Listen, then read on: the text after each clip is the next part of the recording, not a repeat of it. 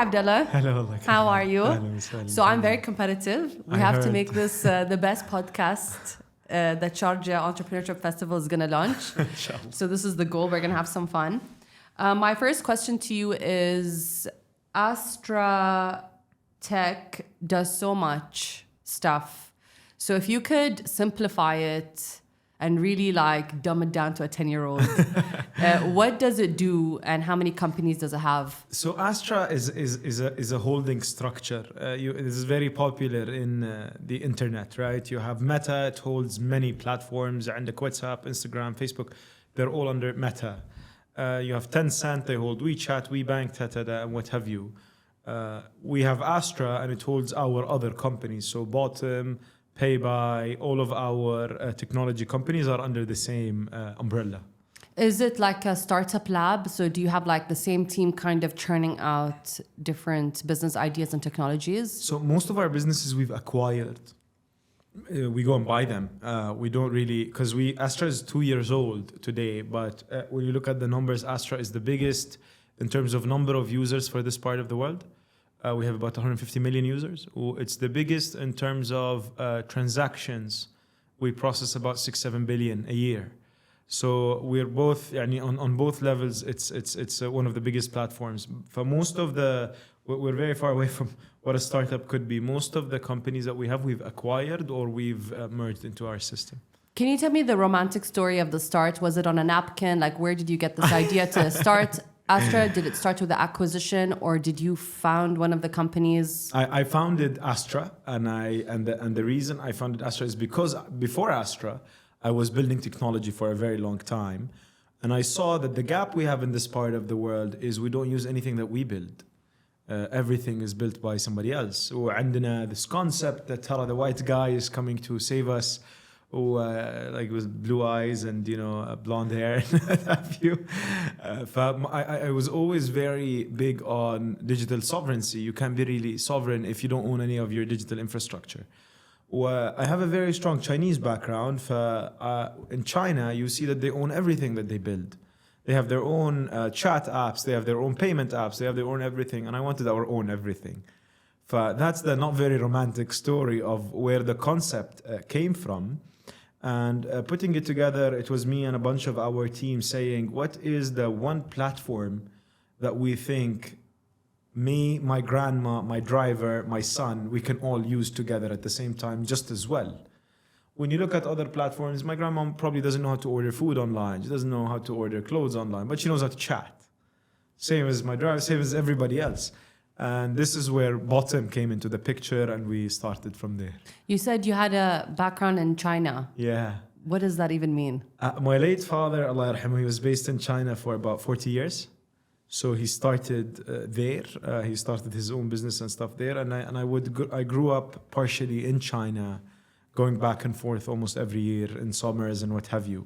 Do you speak Chinese? I do, yes. What was it like going to China as a young It was, I've never seen, when you're younger in this part of the world, nothing is very systematic, you feel like, and especially when you grow up as entitled as I did, you feel like you control the world, right? You feel like everything is doable, everything is easy. But when you go to a place like China, where things are extremely well structured, the social structure is extremely accurate and immaculate in the way that people operate their day-to-day lives, it really pushes you a lot to become much more systematic. Because in China, nobody asks you what's your last name, nobody cares who your dad is, nobody makes eye contact, nobody says hello. Nobody. They actually, that's not very true, but they're very warm people when you warm up to them, but they're very functional people. They want to get stuff done.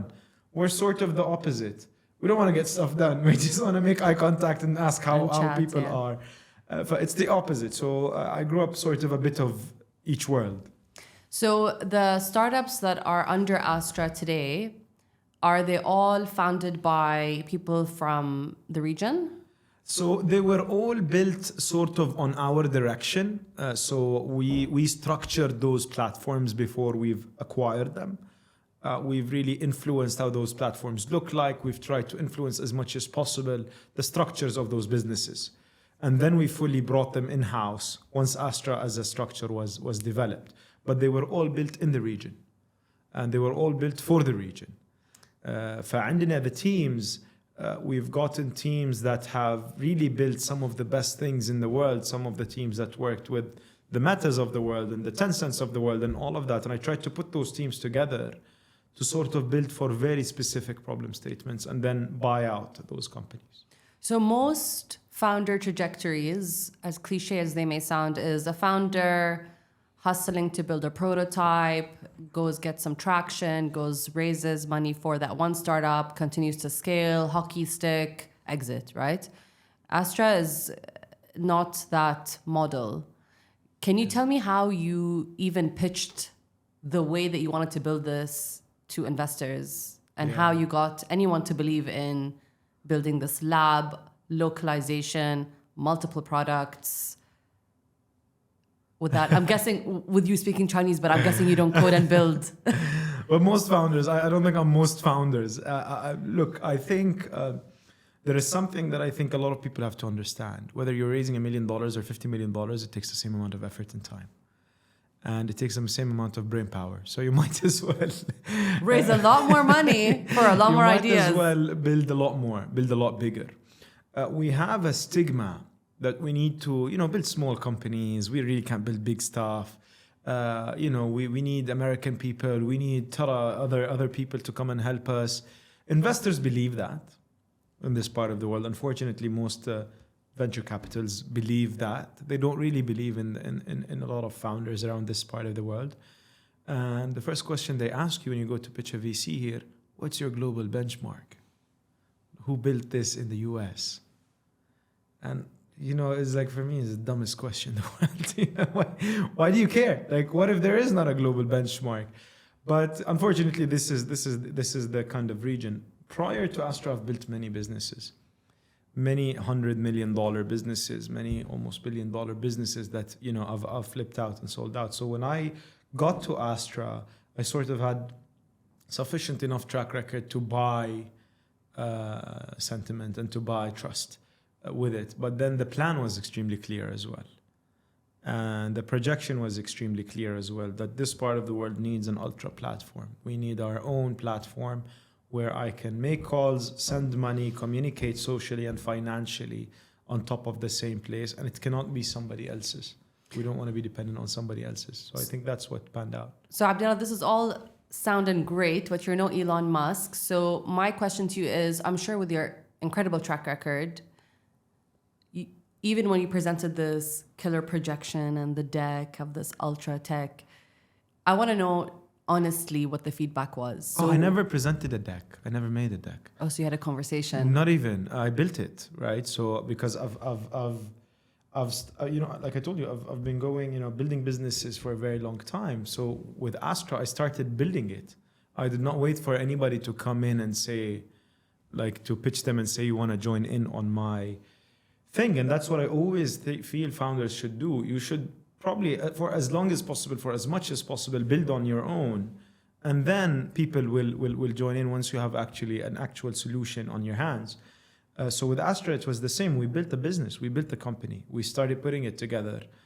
We started putting together our architecture and how these products are going to work. And then we got to the fact that, okay, investors are now looking at Astra and saying, if you manage to put together those pieces, then this is going to be one of the biggest things that ever come out of this region. And that's how it went about.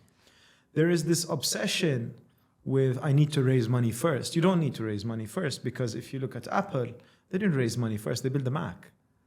They did not go, and it does not, I don't care what anybody tells you. You don't need $1 million to build an MVP. You don't need $100,000 to build an MVP. If you know what you're doing, you can probably bootstrap an MVP and make it viable and working.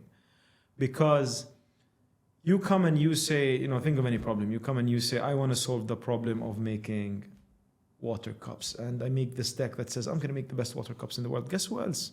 Everybody else is saying that they're going to make the best water cups in the world. Unless you made it, unless you can show me that you actually can deliver on this, I'm not interested. And I'm not going to take a bet on someone who's going to come and say, my idea, like everybody else, is to build a company to make so much money.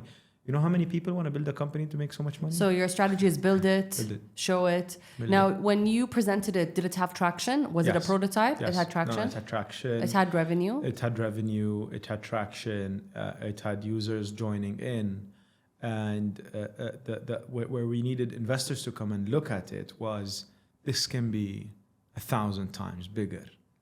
And because you want it to be 1,000 times bigger, it's the thing becomes that this is so obvious, it works, you can watch it. It's gonna become 1,000 times bigger with you or without you. But if you come on board now, there's a lot of upside for everyone, and that's sort of. What was the general feedback, like average-wise?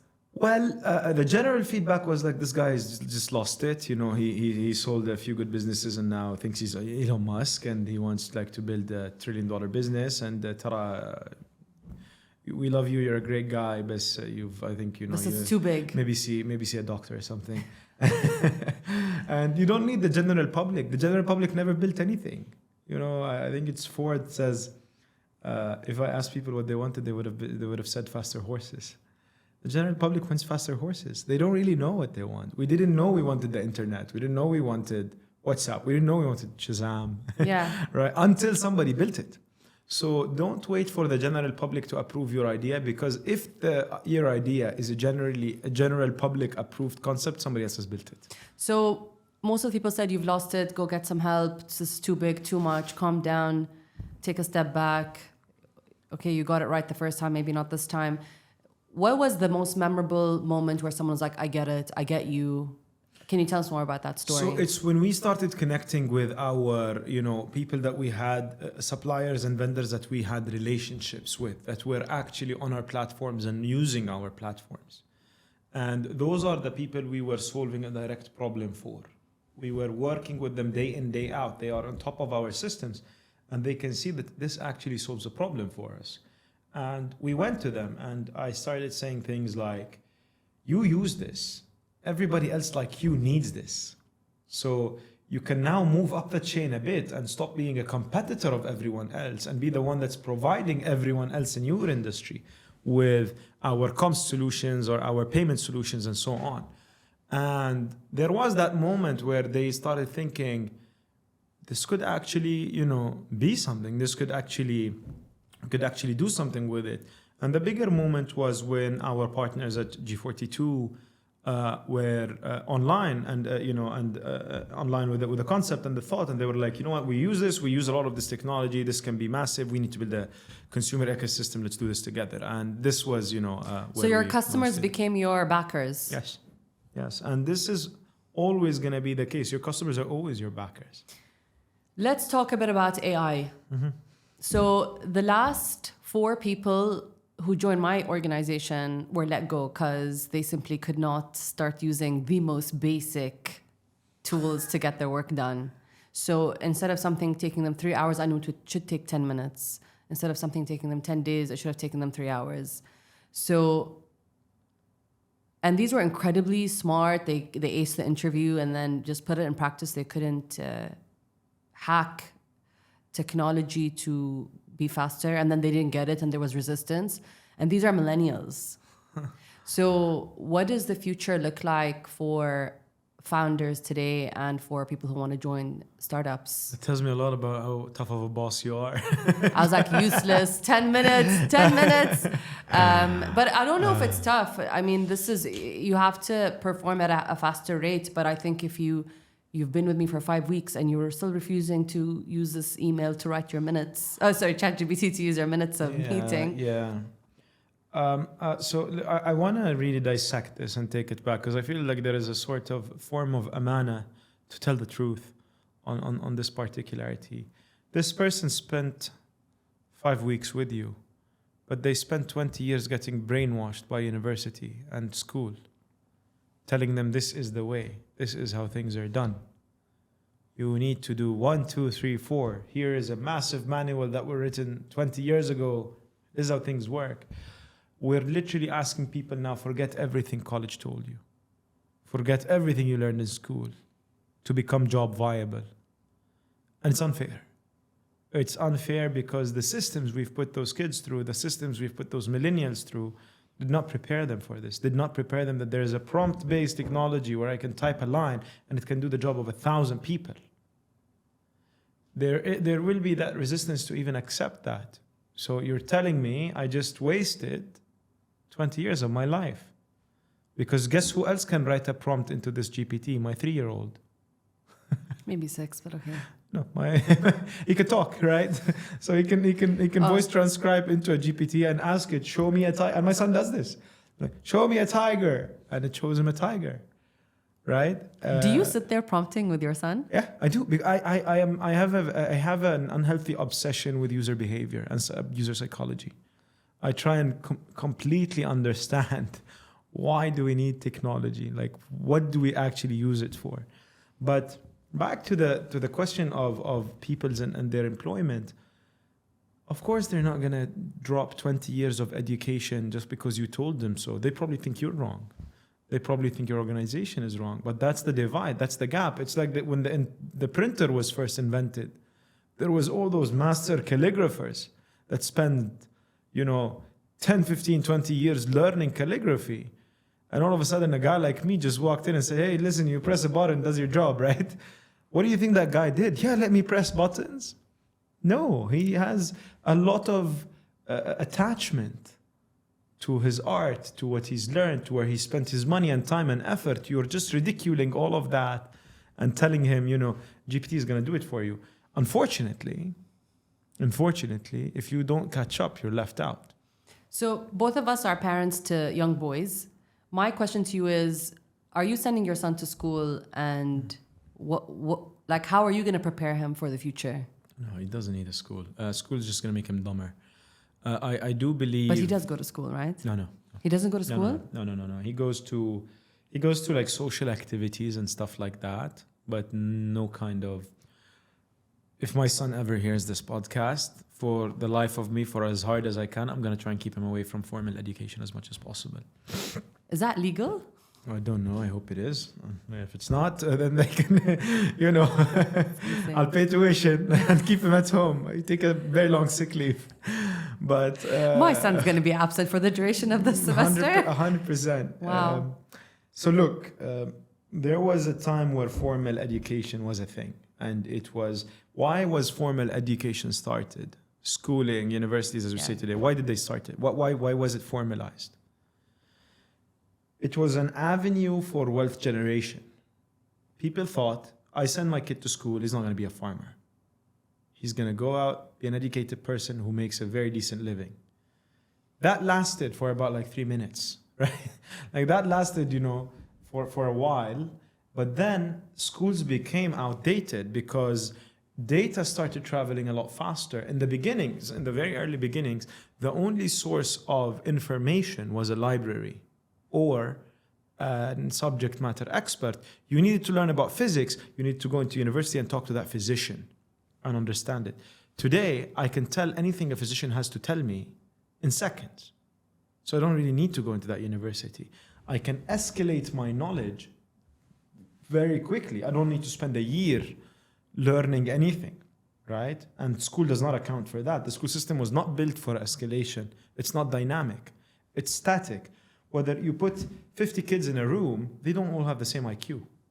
They don't all have the same EQ. They're not all smart at the same thing. But you tell them, no matter how well or bad you perform, you only can escalate next year. So you have a year to spend here. Welcome.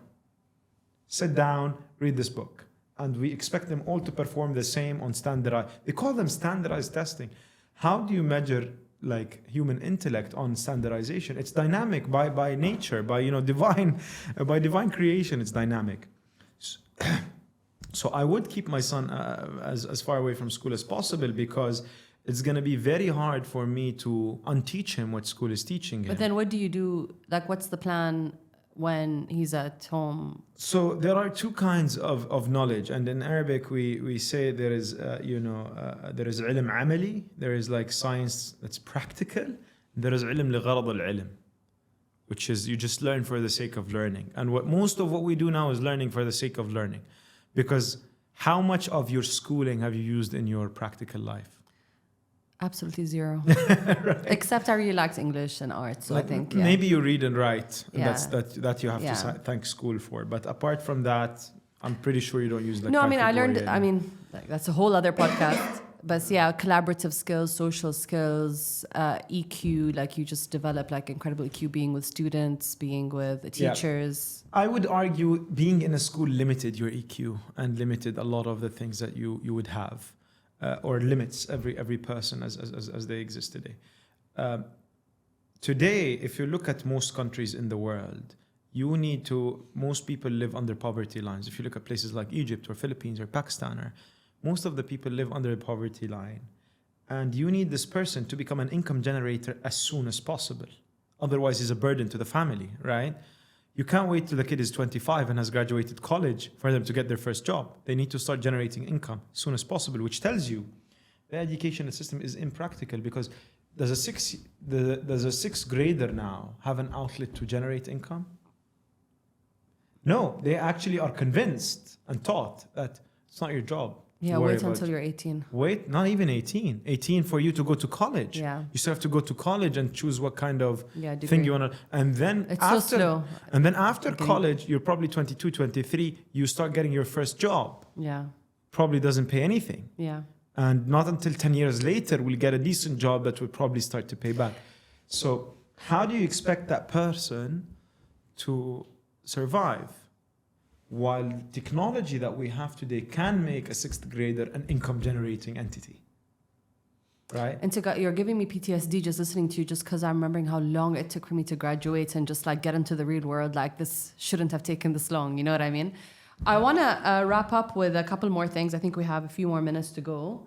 My question is about AI again, which is every day it seems there's a new AI tool that launched. So just when you're wrapping your mind around, oh my God, there's ChatGPT and Bard and there's Midjourney. Okay, let me like play around with those. And then there's a few others that are launching and being tested. And how does one keep up? And personally, okay, what's your advice on how to keep up? Because you also don't want to be obsolete even in this space. And two, how much of your time is spent playing around and tinkering with these different tools? So how does one keep up? This is my theory, and I just published a paper on what I think the world of LLMs is going to look like. LLMs are going to be like operating systems. So for people who don't know what LLMs are, would you like to... LLMs are large language models. ChatGPT is a large language model. And all of the other things that you mentioned, they're different language models that are built differently. I think LLMs are eventually going to centralize, just like the operating system. So today for phones and computers, you only have 2 or 3 operating systems, nothing else. You have the Mac, you have Microsoft, and you have maybe now Genesis and whatever Huawei's working on, right? So you have this. That's what's going to happen. Most of those things are going to dissolve because running an operating system is an extremely expensive endeavor. So bigger companies are going to acquire a lot of the smaller ones. They're going to amalgamate it and they're going to create one. The tricky part is most of those LLMs can only remain informational. ChatGPT, powerful as it may be, it's a $100 billion thing, and it cannot make me a burger. It cannot buy me a burger if I want to. And it's a very simple task, right? No, it won't be able to. Because for it to be able to execute, it needs to become, instead of a large language model, what I call a large action model, meaning it can execute an action. For it to be able to execute an action, it needs to be linked to every burger joint around me. And I don't know if that's an endeavor a company like OpenAI can or will take, because that's extremely expensive and you need to balance both. And this is where I think it's a massive opportunity for local entrepreneurs to start thinking about how can I build an action model where if prompted can execute an action, i.e. can I go away from all of the click-based delivery platforms and create a prompt-based deliver me a burger platform, and it delivers you a burger. Why? Because, like I said in the beginning, my grandma doesn't know how to use a food delivery platform, but she knows how to prompt. She knows how to send a voice note, or she knows how to text into a prompt. So think of the market size you would unlock and how many new people would join into this LAM model category kind of platform when you've allowed them to now prompt with natural language instead of having to go through click-based journeys. Okay, and the question about how often do you tinker in a day? For me, I spend most of my time studying how people use things. Okay. Right? So I spend 80% of my day reading about human psychology and 20% of my day watching human psychology happen. So you're still studying, learning, yourself always, adapting. Always. Two more questions. One is one wild prediction for 2024, 2025 that you'd like to share that's going to freak everybody out if they listen to this? I think we're going to hit, super intelligence before the end of 25. Specify, like, can you? Super intelligence. If you look at AI today, you're talking about a 6-7-year-old, right? Very smart. He memorizes everything. He knows all the kinds of dinosaurs, but he cannot act on it. Super intelligence is where it can act, and it has its own. It teaches itself basically. So for the first time, you will have everything ChatGPT knows. We taught it. It did not teach itself anything. But now imagine it can start using everything it knows to create new science, to create new math, to create new knowledge, right? Which is insane because you don't know what's it going to do with it. Oh my God, it doesn't even need me to prompt it anymore. And I am no longer needed to prompt. The problem is it can create new knowledge at a pace where we don't understand this new knowledge. Everything we've taught LLMs so far, we understand very well. We've taught it calculus and we've been studying calculus for 1,000 years. But when it's going to when GPT is going to put calculus and quantum physics together and come up with a new science altogether that we don't understand. Okay, I'm good. Okay. That's going to be extremely scary. You've made my stomach flip and I felt a bit sick in a good way. I need time to digest it. I'm going to end on I guess we should end on a positive note. I'm going to end it on a dark note. Tell me more about your darkest hour during Astra Tech. Like, I want to know like what that darkest hour was like for you and what got you out of it. Well, there was a point where I felt the whole thing is going to come crashing down. There was a point where I felt it is going to be extremely difficult to put this together. And there was a point where I felt I'm going to, lose my team. I'm going to lose the company. I'm going to, everything is going to dissipate. And, you start talking to yourself and saying, oh, maybe I shouldn't have done this. This is a massive undertaking and so on and so forth. And what got me through it is not, some angel, came all of a sudden and said, oh, we'll take care of you or something of the sort. But no, it was just a self-imposed realization of you opted in for a difficult life. You don't get to complain now. And this is what every entrepreneur should understand. You opt in as an entrepreneur to carry the burdens and the pressures that nobody else wants to carry. So unless you want to shoulder that, don't go into this route. So that was maybe my experience. Thank you, Abdallah. This was fun. Of course. Best luck to you, me, and our kids in this insane world. Thank you. But I am positive. It was a great session. I learned a lot as well. Thank you so much. Thank you. Thank you so much.